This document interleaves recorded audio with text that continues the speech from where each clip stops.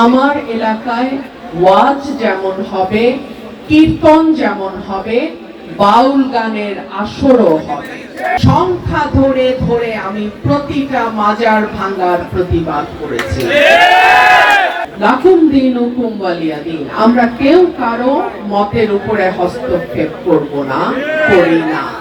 আমরা গত 18 মাস অন্তর্বর্তীকালীন সরকারের সময় দেখেছি কিভাবে একটার পর একটা মাজার ভাঙা হয়েছে, বাউল গানের আসরে বাধা দেয়া হয়েছে, বাউল গান যারা করেন তাদেরকে ধরে নিয়ে হেনস্থা করা হয়েছে, জেলে দেয়া হয়েছে।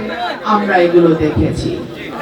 আমি জানি না আর কোন রাজনীতিবিদ প্রতিবাদ করেছে কিনা, কিন্তু আমি বলতে পারি সংখ্যা ধরে ধরে আমি প্রতিটা মাজার ভাঙার প্রতিবাদ করেছি। গত 2 দিন আগে, ঈদের একদিন পরে সিলেটে এইরকম বাউল গানের আসর ভাঙচুর করা হয়েছে। RICL TMX, যুগের পর যুগ স্থাপনা থাকে মজবুত।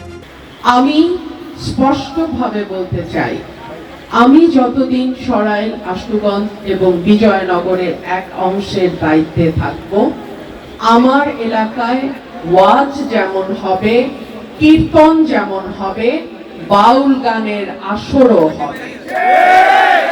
এবং সেই আসরে আমি কতটুকু উপস্থিত থাকতে পারবো কি পারবো না জানি না, তবে আমার সমর্থন, আমার সহযোগিতা সব সময় থাকবে। বাংলাদেশের কৃষ্টি, কালচার, সংস্কৃতি, একে লালন পালন, ধারণ করা এবং সামনের দিকে এগিয়ে নিয়ে যাওয়ার দায়িত্ব আমাদের।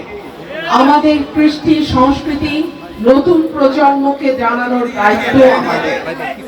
যারা বাউল গানের সঙ্গে যুক্ত, যারা মাজারের সঙ্গে যুক্ত, তারা কিন্তু আমাদের সংস্কৃতির একটা অংশ।